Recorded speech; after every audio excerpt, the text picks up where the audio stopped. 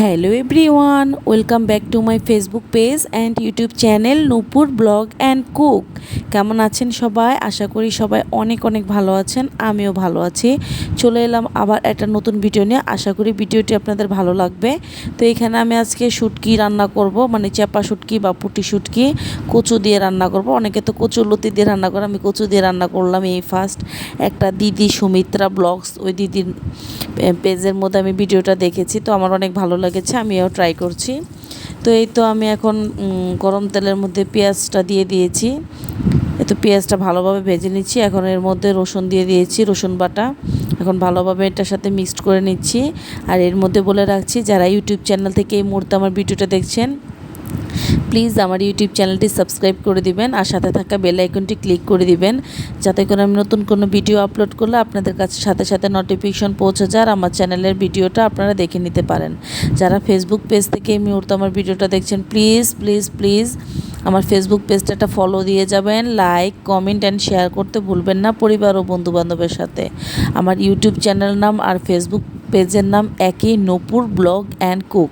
যারা এই মুহূর্তে ফেসবুক পেজ থেকে আমার এই ভিডিওটা দেখছেন, চাইলে ইউটিউব চ্যানেলে গিয়ে আমার চ্যানেলটি সাবস্ক্রাইব করে দিতে পারেন।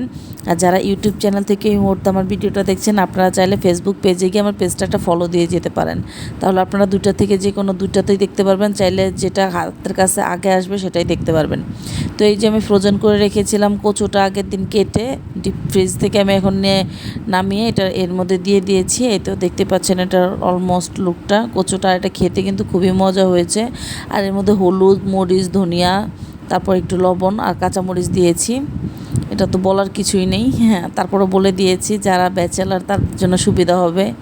সবাই তো জানে, আবার যারা না জানে এমনও কেউ আছে যে রান্নার প্রসেস জানে না, তাদের জন্য বলে দিলাম।